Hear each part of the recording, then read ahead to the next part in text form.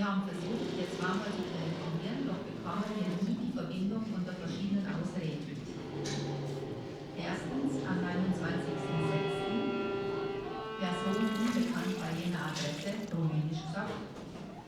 Ein Brief an mich gerichtet habe ich an meinen begrüßen und grüßen mich jeweils richten, keine drei große Sehnsucht nach dir haben, aber dir auch sagen, du sollst auch sein.